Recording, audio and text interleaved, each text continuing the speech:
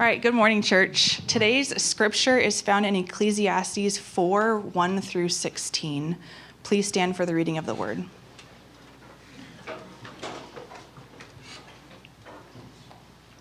Again, I saw all the oppressions that are done under the sun, and behold, the tears of the oppressed, and they had no one to comfort them. On the side of their oppressors there was power, and there was no one to comfort them.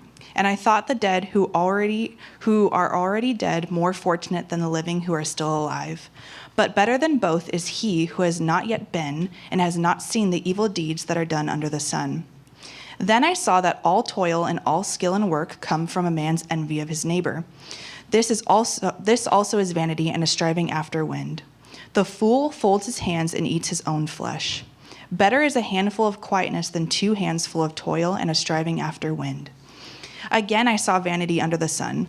One person who has no other, either son or brother, yet there is no end to all his toil, and his eyes are never satisfied with riches, so that he never asks, "For whom am I toiling and depriving myself of pleasure?"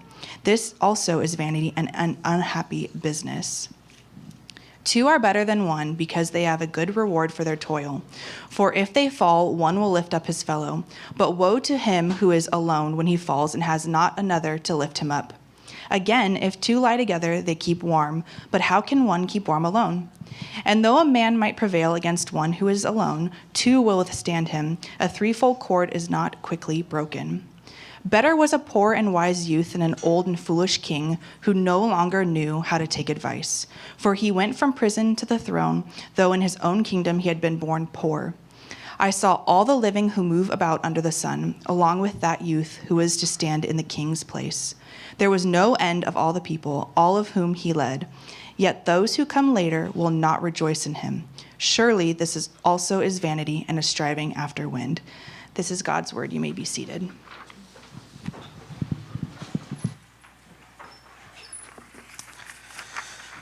All right. Hey, guys. Good morning. Welcome to church. So glad that you're here with us this morning. My name is Steven. I'm the pastor here. And maybe if you've been here the last couple of weeks and I wasn't here, I was actually out of town.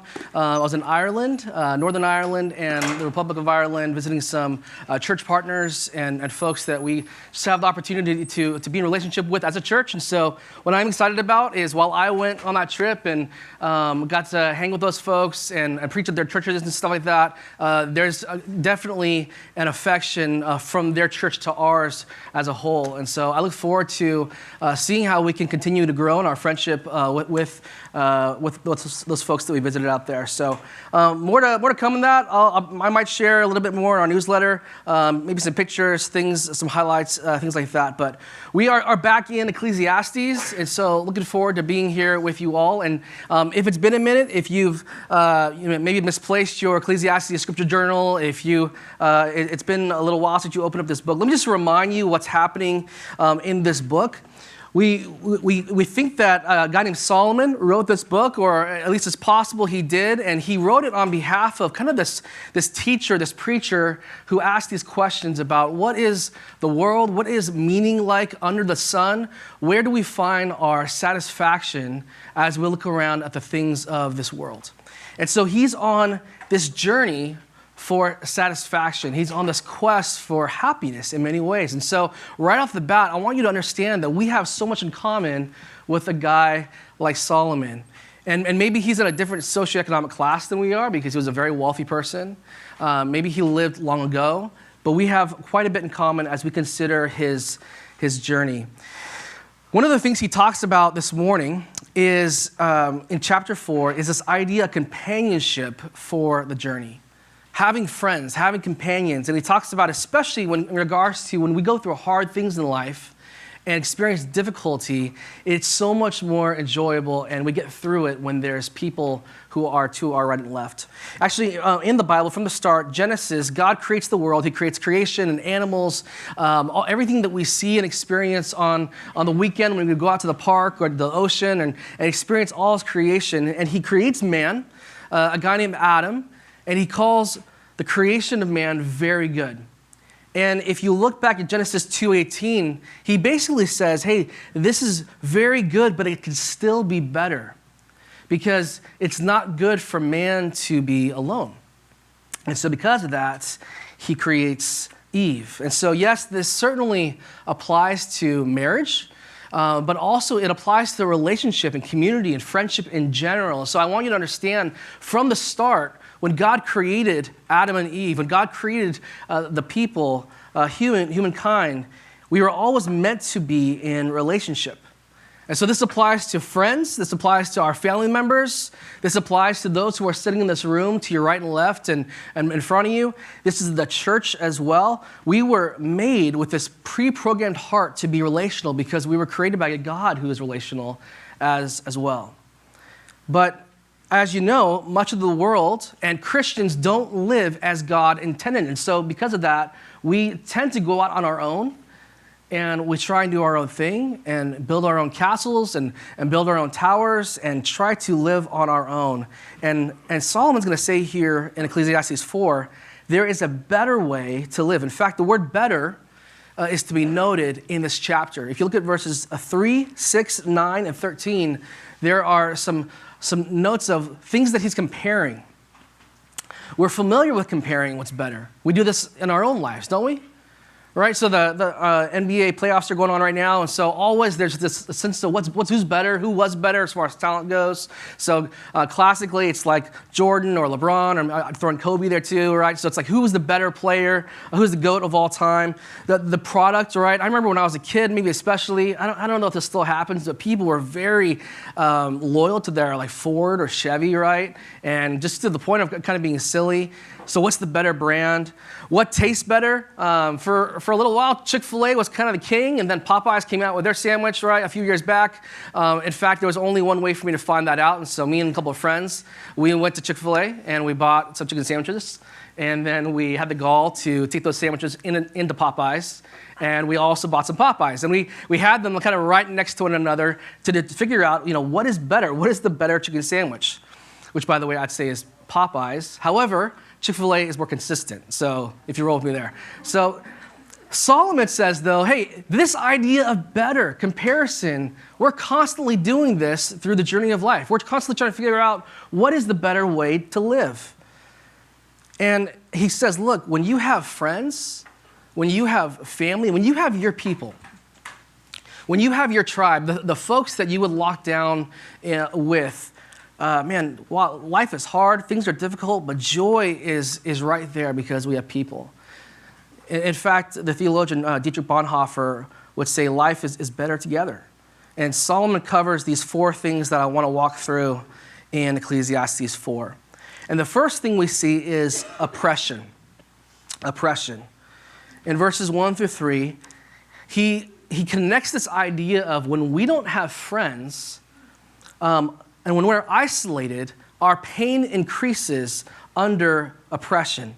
And so this is a rough start. This is a kind of some dark verses. There's some things here that are tough to maybe even read or think about the implications of life. But I want to remind you what we're reading.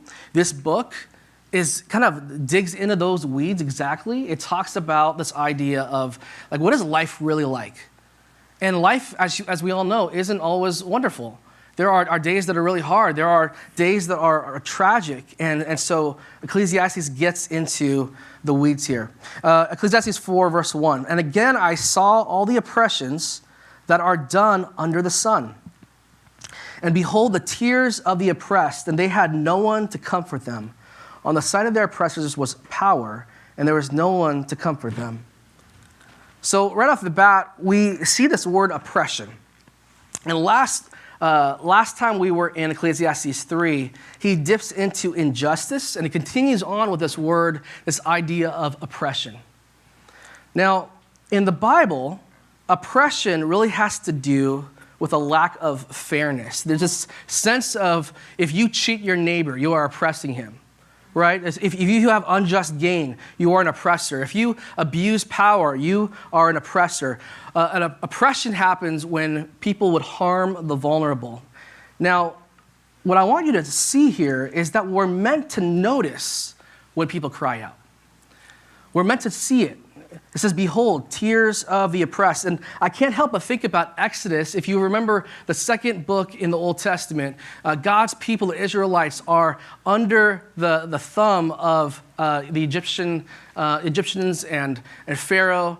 And for generations, for hundreds of years, they were under oppression and they cried out. And it says in Exodus that God heard their cries. God heard them call out. And in the same way, we're meant to hear when people cry out.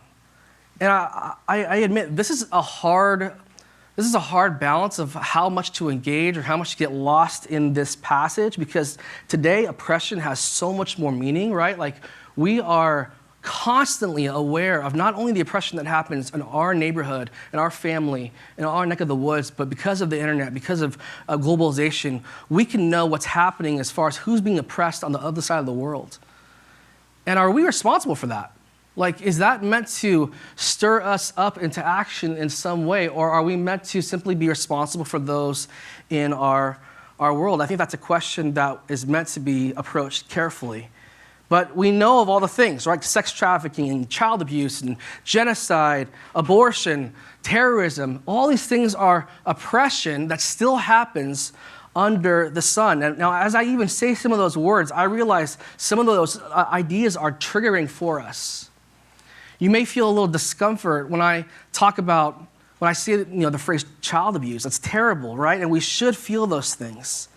And that's good and right, but that is not the point of this passage. Let me slow us down a little bit. This passage is not meant to call out what qualifies as oppression and what does not. I think the point of this passage is to simply point out that this is reality. This is the broken nature of the world that we live in. We live in a world that has oppression. People go through really hard things. And there are these terrible things that happen. And what's sad about it is that there's no one there to comfort. 2 times in verse 1, it says isolation increases pain. And so if we want to zero in on what's actually awful about oppression, is that usually when bad things happen in the world, no one's there to know about it. No one's there to stand up for the oppressed. No one's there to advocate for those who are in those situations. And so we're left with a sense of heaviness. And so is the writer. In verse 2, he says this, "And I thought the dead who are already dead more fortunate than the living who are still alive. But better than both is he who has not yet been and has not seen the evil deeds that are done under the sun." If you read that carefully, that's some heavy words. And I think the writer is, in some ways, overstating his case to make a point. I don't think this is a type of prescriptive we should end our life or it's not worth living. This is language that the Bible refers to as lament. It's the language of lament. It's descriptive of how things feel. Which, by the way, it's an important reminder here that this is not narrative or historical language. This genre of Ecclesiastes is wisdom. It's poetry. It's meant to bring out some emotion and thought in us by the way that it's formed together. And so think about a guy like Jeremiah, one of the prophets in the Old Testament, who would wail and cry and talk about his depression. And it was meant to elicit a response because of the way that he spoke. And Solomon says, hey, I've seen the ebbs and flows, and I've seen how everything under the sun, it's heartbreaking. People are oppressed. People are abusing power. And so maybe this is your experience as well. Maybe as you have your phones open, or if you're taking a break in between work projects, you open the internet up, or you open up your news feed, and you see the same thing that Solomon sees. You see that people are still being taken advantage of. You see that there are people who are being arrested for terrible things, and there's pain and discomfort and oppression all over the world. And so, yeah, maybe there should be some policy change. Sure. Maybe we ought to get together and fundraise money in order for those things not to happen, or for awareness to be brought to attention. But what the world really needs, I want you to hear this clearly. The world actually needs lasting comfort. That's what we as Christians would prescribe. We would say, Jesus is our comfort. God's comfort is extended through his people.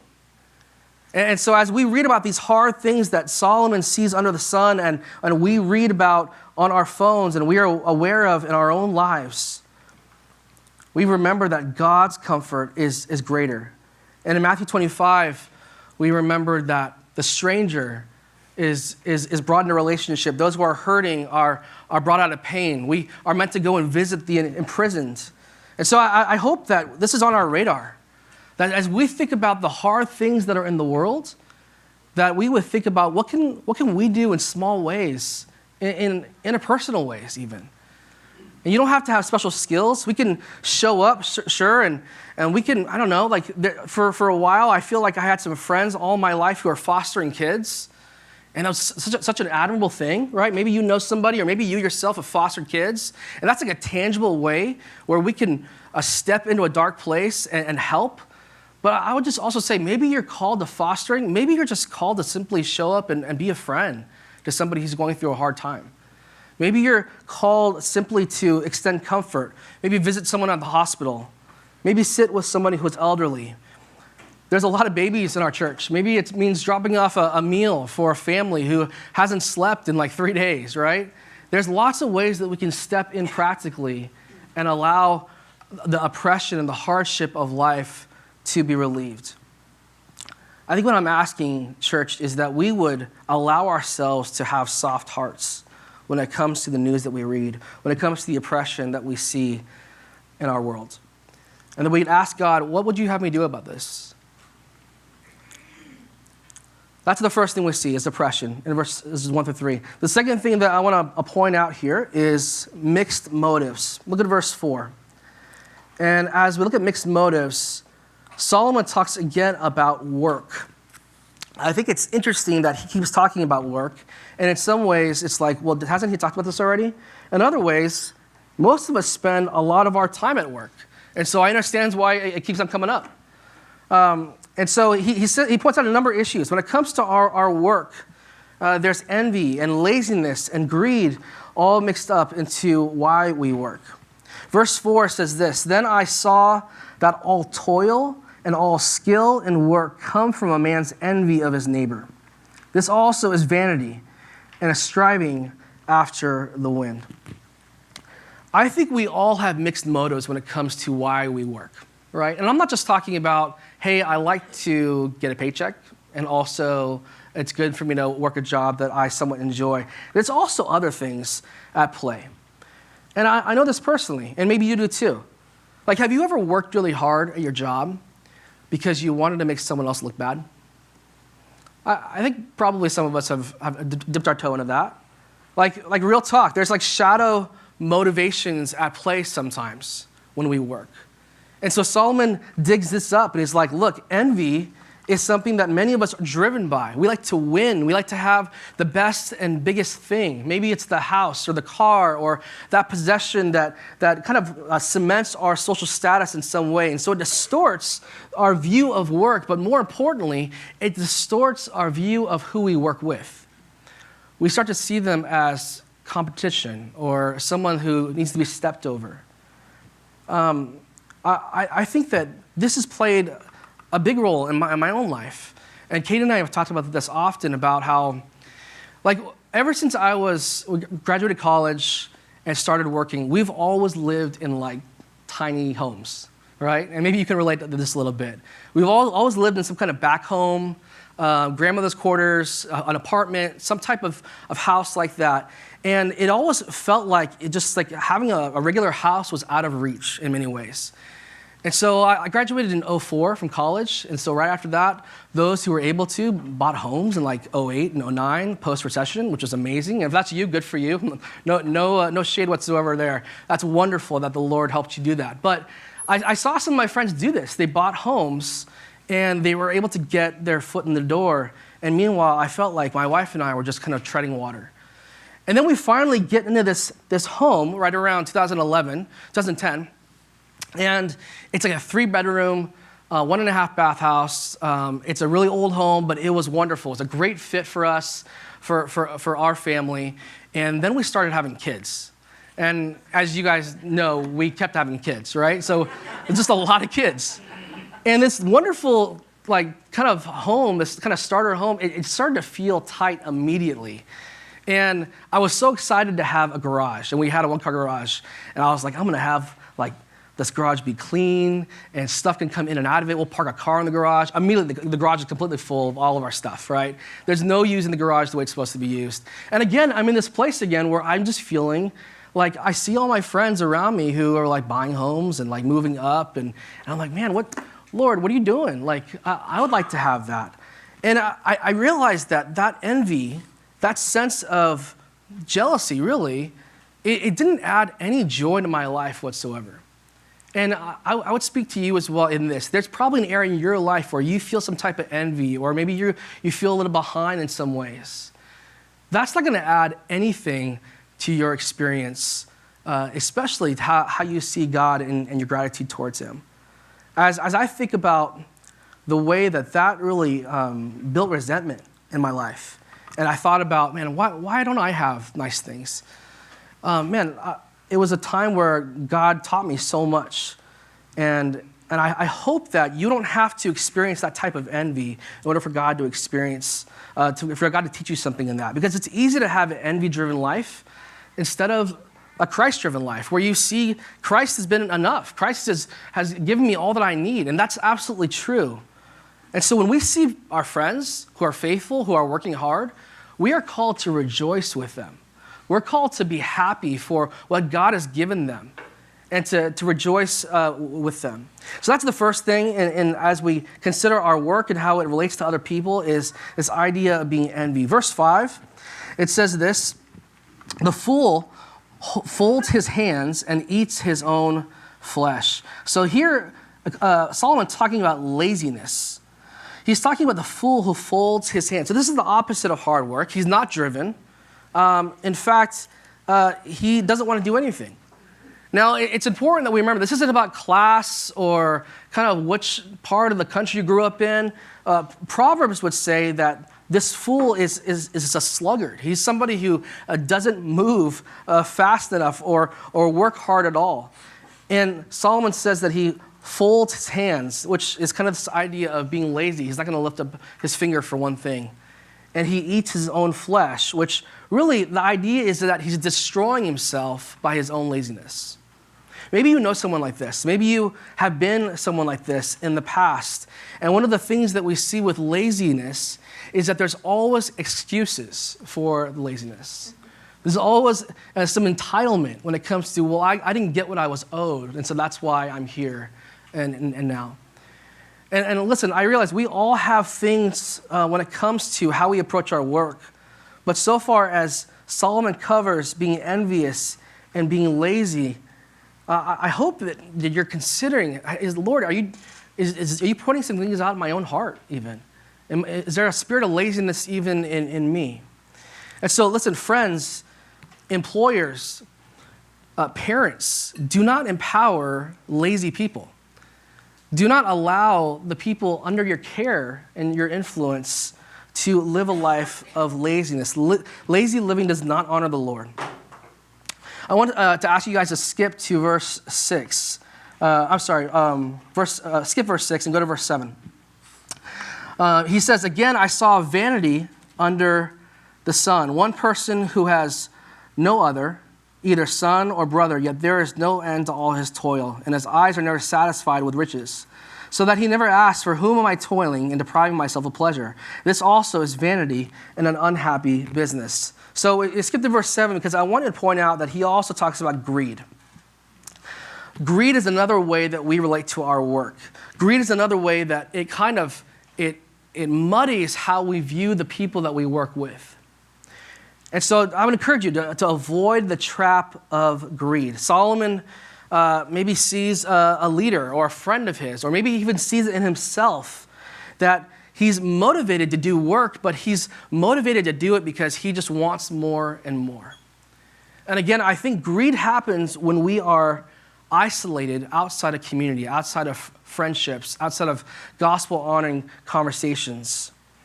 And I can kind of say that generally because many of us, as we are aware of, rich folks or celebrities or people who live out in the public eye, there are so many people who are, they have everything, but they're lonely. And yet they're still driven to greed, to accomplish more and more. And so Solomon says there's a better way to live. In fact, one guy I read this week said it's possible to know the price of everything but the value of nothing. It's possible to know the price of everything but the value of nothing. This is how a greedy person thinks about the world, as simply things to fulfill their own satisfaction. And Solomon reminds us that people are more important than those goals that are driven by greed. So let's go back to verse 6. And I skipped verse 6 because I think what we find here in verse 6 is Solomon's answer to these mixed motives at work. He reminds us that there's actually a tool that we can use to pick up and fight our laziness, our envy, our greed. And so in verse 6, he says this: better is a handful of quietness than 2 hands full of toil and a striving after the wind. Let me read that again. Better is a handful of quietness than 2 hands full of toil and a striving after the wind. Maybe some of you have experienced joy in your work. And I would bet that when you are most joyful, there is a sense of contentment that is to follow. And I think that's what Solomon's talking about here. A handful of quietness. I love how he phrases this. It's such a rare thing, right? And what he's pointing us to, what he's prescribing for us, I believe, is to live a quiet life. To live a quiet life. It's easy to have 2 hands that are as grasping for greedy things or the things of this world or things that we think will fill us up. I think about any time I go to a kid's birthday party, kids of a certain age who have piñatas. Super fun, right? It's always fun to see those kids take a bat and try their darndest, right? And it's like I always have in the back of my mind, even though I know this is obvious, I would totally destroy that piñata, right? But and sometimes they let adults, I don't know. Anyway, so I love it when that moment, right? When the piñata bursts open, right? What happens? Those kids just full on, just run with their hands out, grab as much as they can. It's they can't even eat that much candy, but they just grab as much as they can, stuff it into their pockets or their bag, whatever they have. And this is us, right? This is us. Maybe not with candy, but for whatever we're chasing after, whatever it is that we think will make us happy. Solomon says, look, you might think that you're happy grabbing handfuls and handfuls of money, of wealth, of privilege, of power, whatever the thing is that gets you excited. But at the end of the day, you have 2 handfuls of wind. It's nothing. It's something that will not last. And Solomon says, listen, get yourself a handful of quietness. Get yourself a moment where you feel content in what you have already. I don't know what that looks like for you. But whatever that scenario is, practice that practice of contentment. Maybe it's just sitting outside in your backyard with a cold drink in your hand. Maybe it's a conversation with a friend. Maybe it's a nice walk while the sun's setting. Those are those moments that I feel like we grab a handful of quietness, a good chat, whatever it is, seek tranquility and contentment. And as we already know from Philippians, Paul says the secret of our Christian faith, the secret of enduring and persevering and going through life, no matter what comes, is contentment. If we can be content, then we've cracked the code in many ways. So that's number 2, as we consider our mixed motives in work. Number 3, we start to talk more about what it means to be in relationship with others. Number 3 is better together. Look at verse 9. Solomon says this: 2 are better than 1 because they have a good reward for their toil. So one of the things that we see here is that we need good friends. In fact, having good friends makes points 1 and 2 more tolerable. When we experience oppression, when we experience work, when we have good friends, it's much easier to get through the day. It's much easier to experience those hard things when you have community. And so he has these 4 illustrations.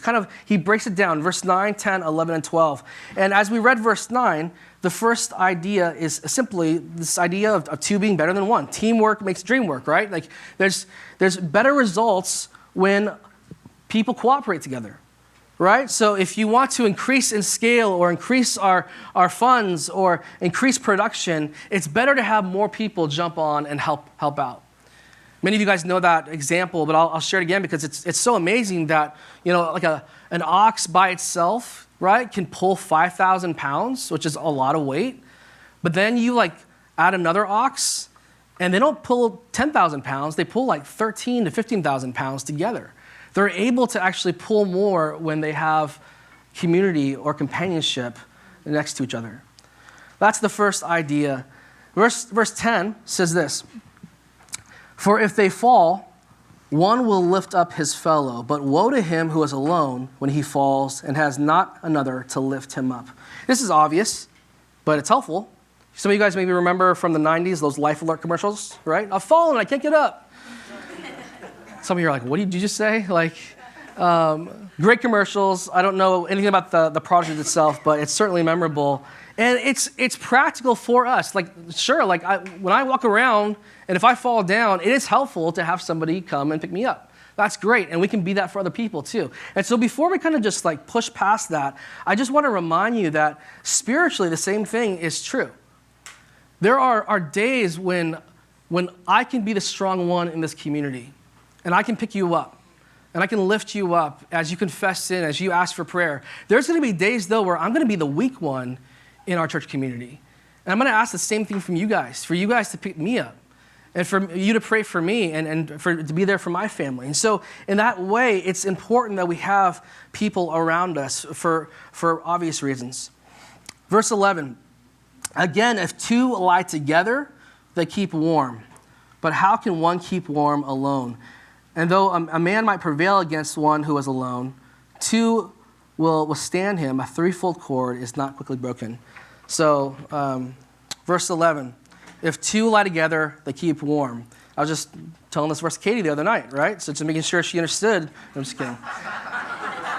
So I think the idea here is if you're a camper, if you're somebody who likes to go out and camp, if you're, Ryan, I see you over there. I understand there's some of you who are weird, like to be homeless outside and choose that kind of life. That's fine.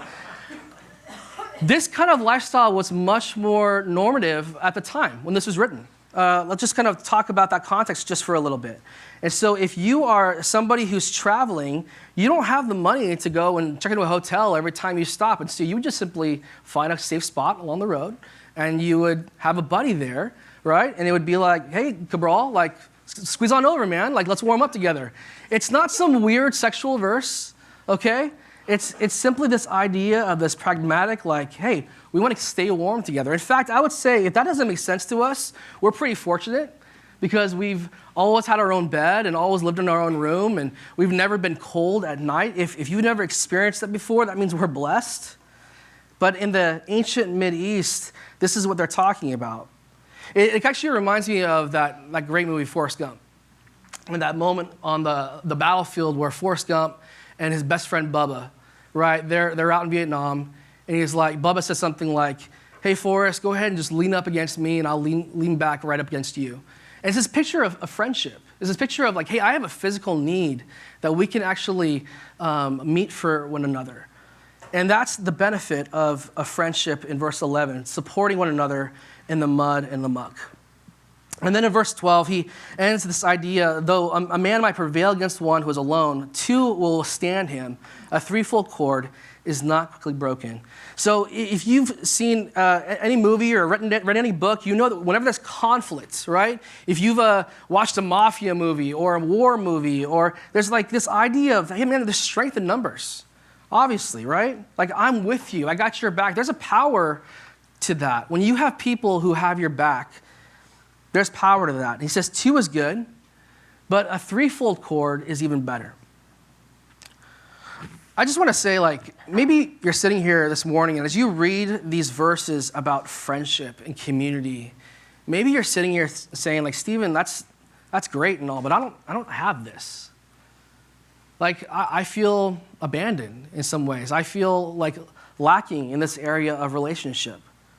You feel alone. And I'll just say, look, the King's Church exists for friendship and community to happen here on Sunday mornings, here midweek, here in the events that we try and put on from time to time. We're not a big church, but what we can be is hospitable to one another.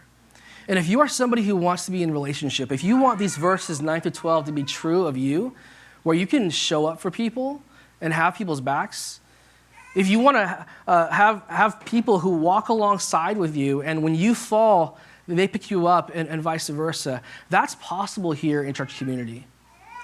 And listen, if you want to be a part of what we're doing, talk to me, talk to some of the leaders you've seen up on stage or in volunteer areas. We would love to connect you with people where you start friendships that look like this, according to Ecclesiastes 4. We're never alone, though. And one of the things that I love about the Bible is that while it points to this, in some ways, a shadow of what is the best thing, I want there to be this sense of like, yeah, the King's Church exists for that. But even if it didn't, we have all we need in Jesus Christ. So it's not just church community, but Jesus Christ himself advocates for us on our behalf. Jesus Christ himself has promised to be a friend to the friendless. And Paul says that we have this inheritance. We have a brotherhood that we share with Jesus himself. And because of that, we are never alone. He is always with us, and he will never leave us. Solomon ends with this last point, and I think it points to some humble learning. And he uses this illustration of two kings. This is our last section here. Verse 13. Better was a poor and wise youth than an old and foolish king who no longer knew how to take advice. For he went from prison to the throne, though in his own kingdom he had been born poor. I saw all the living who move about under the sun. Along with that, youth was to stand in the king's place. There was no end of all the people, all of whom he led. Yet those who come later will not rejoice in him. Surely this is also vanity and a striving after the wind. What we read about here is one young and wise king and one old and foolish king. And it says that he's an old, foolish king because he's a guy who's lived his life, led some people, and as a result, arrogance has grown in him, and he won't take advice from people. He won't learn anymore. And so, obviously, there's some application right off the bat. Like, if you're older, if you found success in your life, if you are somebody who is accomplished among your peers, that's awesome, that's great. But don't allow that to breed arrogance in you. Don't be overconfident. In verses 14 through 15, we see the second king, this kind of rags to riches story. That he started off very poor, and he made his way up to the throne. And in verse 16, it says that he had a large following. This is a little bit, I'm not sure if this is true or not, but it makes me wonder, Solomon, the writer, possibly, is he even talking about King David, his dad, King David, and Saul? You see some of the parallels. That there was this old, wise king, well-established, well-honored and known, and he grew to be arrogant. And there's this young king who came from nothing and eventually made his way to the throne. And I think he says, look, do you want wisdom? Especially in your later years. Do you want to be a wise person? Be teachable. Be humble. It's one of the most wisest things we can do. And so, look, are you getting older? Yes, we're all getting older. It's happening right before our eyes. But with that age, are we actually getting wiser? Maybe, maybe not. And that's actually that's a tough truth for us to swallow in some ways, because we assume that we're getting wiser, right? But it doesn't always just happen to us. We have to lean into that. We have to seek that out. It's not automatic. And so if you want to lead in your life, if you want to govern or have influence, if you want to be the boss, it means being willing to learn. And one of the reasons why we're humble in that, in verse 16, it says, there was no end of all the people, all of whom he led. Yet those who come later will not rejoice in him. That's a really interesting verse to me because it's telling us that your day will come and go, meaning that one day we will all be forgotten. The most important people in our industries or in our world, the presidents will be replaced by other presidents, right? Coaches will be replaced by other coaches. Pastors will be replaced by other pastors. These are all replaceable. We are all replaceable, except for Jesus Christ. His kingdom will never end, and Jesus will sit on the throne as the everlasting King. So as we wrap this up, I think it's fitting to be reminded here at the end of Jesus. I talked about at the beginning how so much of this journey of life that Solomon is pointing towards is this comparison game. It's this, how do we live in a better way? What is better? What does it mean to actually be in this pocket where we're doing what is best, where we value what is best? And it's important and fitting for us to be reminded of Christ here at the end because he is truly the better thing. He fulfills all that we need. And as we look back at chapter 4, he is the comfort, our ultimate comfort in hardship. We are to find contentment in Jesus Christ. He is our greatest friend, and he brings us into even better community because of his work.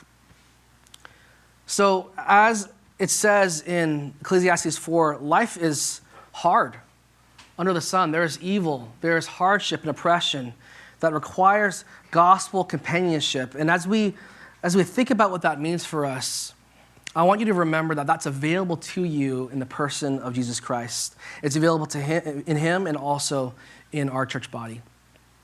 So let's chase the things that are better. Let's bow our heads together. God, thank you so much for this time to jump back into Ecclesiastes, to be reminded, Lord, that your scripture speaks to all these things in our life that we wonder about, that we have questions about, injustice and corruption and hardship, having friends, making good friends, knowing how to lead people. Lord, we ask for wisdom. We ask for wisdom. And as Ecclesiastes 4 so aptly pointed out, so much of our wisdom has to start with humility. It starts with a teachable and humble spirit. And so, Lord, I pray on behalf of our church that we, as we sit here, as we think about your word, as we think about what you're doing here in our own lives, God, just have your way in us. God, we want to know your will. We want to follow your ways. God, would you teach us what we need to know this week? Would you give us clarity and wisdom in how we're to have that conversation this week, or how we're supposed to lead our family or parent our kids, or simply just be a good friend? God, we don't know what we don't know, and so, Lord, would you give us the wisdom that we so desperately need? God, would you be enough for us? Would you be the better thing for us? We love you and pray these things in your name. Amen. Amen. Amen.